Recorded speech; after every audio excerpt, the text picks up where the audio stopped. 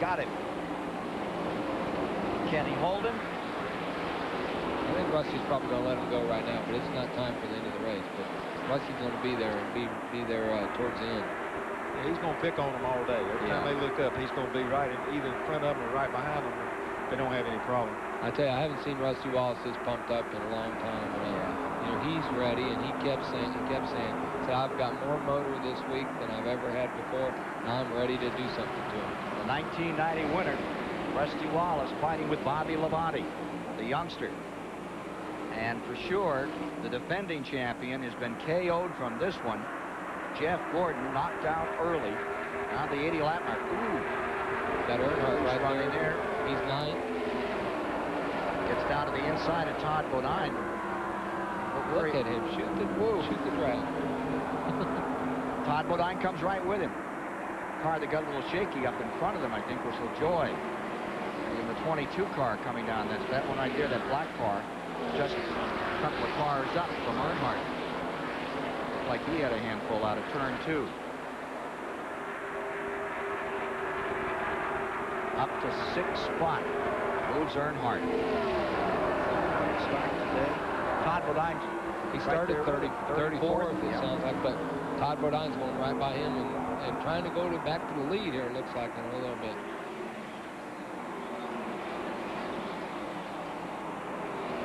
Working the 90th lap. Got back by him.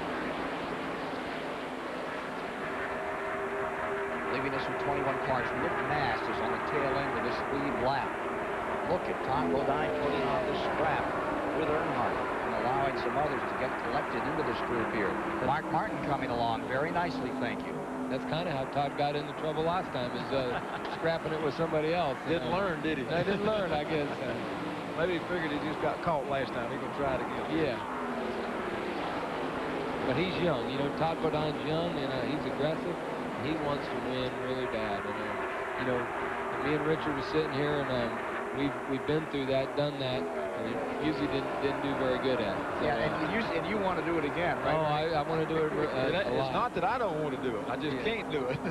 Dick Bergeron's down there with the crew chief on car 75. Well, the whoop-de-doo that Todd Bodine did just a little while ago that took him out of the lead was the second accident he's had here in Charlotte so far. The first was in practice, and he called that one his own fault. And if you'd gone into the garage on Thursday, you'd have found Todd Bodine hammering away at the fenders, working on that car. Troy Silver, crew chief for that car, number 75. How's it going? Can he overcome this accident? Oh, yeah, that's without a doubt. Todd, with the experience that he's got in the Busch Series and the way they wham and bam there, he's probably the only driver out here that can drive that car in the condition it's in right now. Well, the back bumper's missing off that car, but Bodine has given it a great ride. He's a comer, this guy, Todd Bodine, in 7th place, driving for Butch Mock. And Butch Mock won this race back in 1983 with the great Neil Bonner. Here he is right after Earnhardt. Earnhardt up to 6th position. Remember that we saw him start 34th in that Chevy today.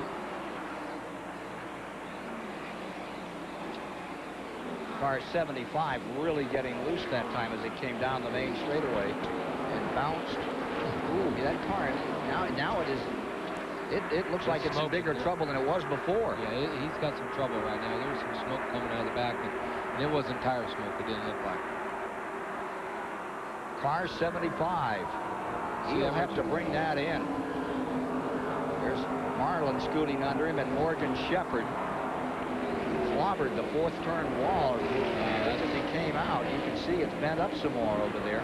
Obviously, he couldn't drive it like it was. And he needs to be getting in his pits pretty soon, because the problem is sooner or later a tire will blow out here. You see, probably hit the wall with the outside. It knocked the housing over just a little bit. All it knocks the 1/8 of an inch, and then it starts rubbing on the left side. That's what it looks like what it's doing now. Looks like it's running crooked down the straightaway, too. Hut Strickland, there's Rick Mast going beneath him. Down to the tail end of that lap. Joe Nemechek's 87, the Burger King car right there. Wild racing here as we get through 95 laps.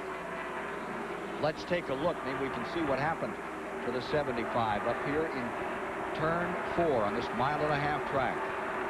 Looks like he's too high right there. Ooh. Yeah, he hit pretty hard. So the Bodines seem to have an affection for that fourth turn wall. I tell you what, I mean, you know, nothing against Todd Bodine or any of the other drivers. The intensity of this race just takes effect, and you know, that's the problem. You know, you're so psyched up. Dick Berggren's down there. Well, the crew has gone to work on the right-hand side of the car, Ken. That's where the majority of damage is at. The rear bumper is missing. There's a little bit of damage to the left rear. One of the crew members now pulling the fender away from the left rear tire. Todd Bodine going down a lap here in the pits. Unscheduled pit stop, tough break. He had such a good run going before he tagged that wall. 22 and 8/10 seconds, number 75, back on the Speedway at lap number 97 here in the Coca Cola 600 at Charlotte, North Carolina. We'll be back with more. We've had one caution thus far in the race. We'll tell you about that and about the battle for the lead when we return. Steel aerial camera giving us these pictures of the Charlotte Motor Speedway, and we still don't have enough altitude to get that helicopter up that carries the equipment for the onboard cameras. Take a look at this as you watch the battle for sixth spot. Earnhardt and Martin side by side in turn number 1, and it is Earnhardt holding on for 6. Martin trying to take it away. Another Ford Chevy confrontation here. You could see Earnhardt having to work a little there off turn 2. I tell you what, when Mark Martin went into turn 1 and he went into turn 3 right then, Mark is going in there real gingerly, and he knows that if he goes in there side by side, his car is going to get real loose. And the master at that, to make somebody loose, is Dale Earnhardt.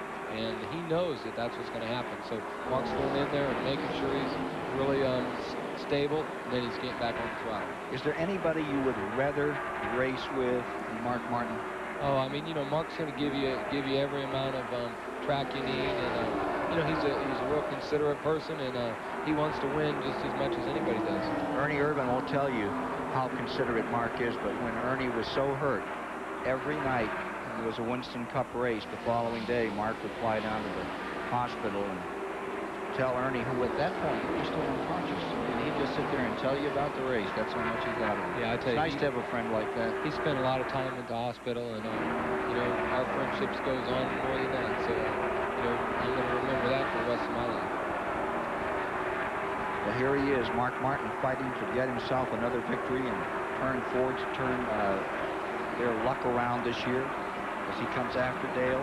That's the 6th place battle. Bobby Labonte stays up in front with Ricky Rudd right there in 2nd, and Wallace in 3rd. We'll give you an interval on those top runners in a moment so you get a sense of where they are on the Speedway. Earnhardt beginning to draw off just a little. There's the group just behind. Morgan Shepherd back there in 7th. The number 21, Sterling Marlin, in that very familiar yellow and red Kodak car. He is running in 9th, and then Hutch Strickland right in there in the 26. Now these cars trail the leaders, or the leader, by about 9 seconds. The Terry Labonte car back in the lead lap. It's in 11th spot. Started 13th today. Here's 75. Todd Bodine in another time. We've kind of hit that one on the nose. I mean, when Todd came in and pitted, they just changed tires, and they didn't really fix the problem. So it's going to have to be something. They're going to have to go to the garage area and jack the rear end over a little bit with a Panhard bar or something and get it back. Dick Berggren can add to that. Well, we've gotten a radio transmission that they've got a broken Panhard bar. It's about impossible to drive the car with one of those things, and they'll almost certainly have to come in and do some significant work to fix it. Caution is out around the track at lap 107. Yellow is down. Caution is out again as we see the 75. Badly battle scarred coming on pit road. I think he's hit the wall again. Again. He has. Yeah. He's hit it again. 108 laps officially completed here. No wheels on. That's right. He's pretty much, he's going to, you know, theoretically he's done for the day. He's going to be out there getting points, and that's about it. 160.5 miles by. You've ridden a few that look like that, Richard. Yeah, but not meaning to, but we didn't win no races with it. It was just like he said, you're just out there to be out there, you know what I mean? And the way the points are, you know, they try to get just as many as they can. Come on, I went to the Albany-Saratoga Speedway years ago and watched you run up on, that's what, a 4/10 track or something, and your car looked a lot worse than that, and you still won. That was short track race. That's sort of a standard deal there. I tell you what, if you really think about it, there's very few times that a car goes into victory lane that's even got a scratch on it. So, you know, that's the thing. Bobby Labonte's out there right now, and his car doesn't have a scratch on it. And if he keeps that up all day, he's going to be tough to beat. That certainly was the case at Nazareth, Pennsylvania, in that Grand National race. They tore everything up but the track itself in that one, and Tim Fedewa came through totally unscathed. Didn't even have a black mark on the Didn't whole have car. a mark on it. Did a great job. I mean, how many races have you won, Richard, that's your car's been all beat to death? I mean, there's been some No, times. like you say, most of the time, you're the only one on the racetrack. If you win, you're the only one on the racetrack that's not got black marks. That's the reason you won a lot of them.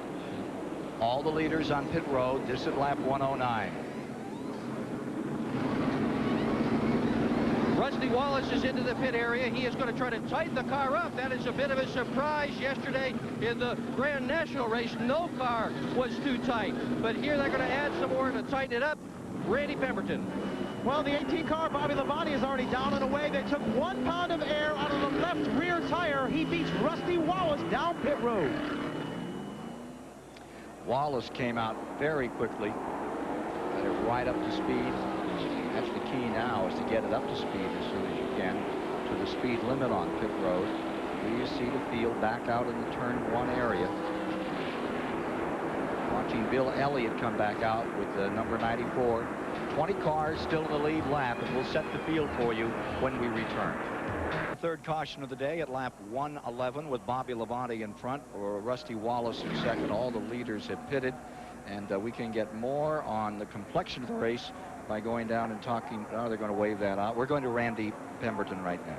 Yeah, that was a tremendous break for Kenny Schrader. He was going to have the pit around lap 120 anyway, so kind of gave him a free stop. He's back out there running 5th. Pretty good race from our standpoint down here in the pits. Indeed. So the number 2 car finds itself right up in here, and they continue to massage that thing. Are you surprised? No, I tell you, Rusty was just, 1 round of bite and a little bit of air, and Rusty's one of the best in the business right now to make his car better.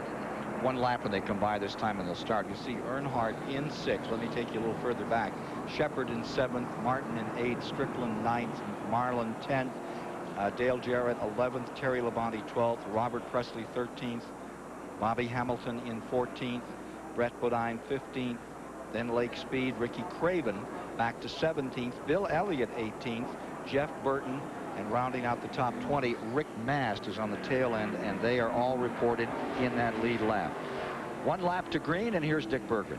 Interesting strategy working out down here on pit road, Ken Squire. Remember, Goodyear has brought a new, more conservative tire here. This is not a tire war tire, and we are discovering today it does not fall off very much. In fact, it falls off less than a second a lap in an entire fuel stop. So on that last round, Michael Waltrip just took 2.